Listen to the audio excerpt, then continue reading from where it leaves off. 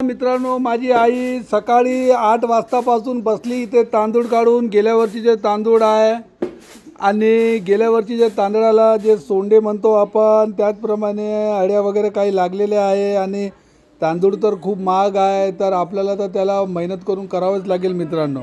तर माझी आई ही सकाळी 8-8:30 वाजतापासून बसली आहे आणि आमच्या घरचे सुना बघा सोफ्यावर बसले. आमची मॅडम गिलास ठेवत आहे, पण आमच्या आईला कोणी सांगत नाही का आई मी पाकडू लागतो, काहीतरी करू लागतो.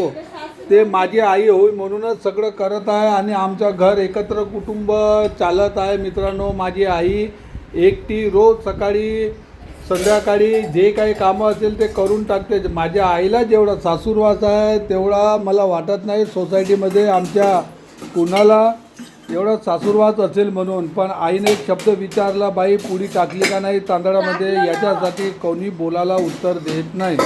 तर मित्रांनो, तुम्ही आपल्याकडून काही शेअर करा आणि काही सांगा मित्रांनो, का खरंच या बायाला आपल्या घरी ठेवणं असं वाटते का?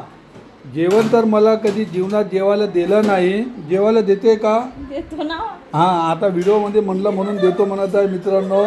ठीक आहे, तर अशा पद्धतीनं ते बघा बाहेरचे आमची काकू आली आहे बघायला माझी आईला किती काम पडते म्हणून. पण आमच्या घरवाल्या बायांना काही फरक पडत नाही मित्रांनो. अशा पद्धतीनं आई इकडे कर, माझ्याकडे तोंड टाको.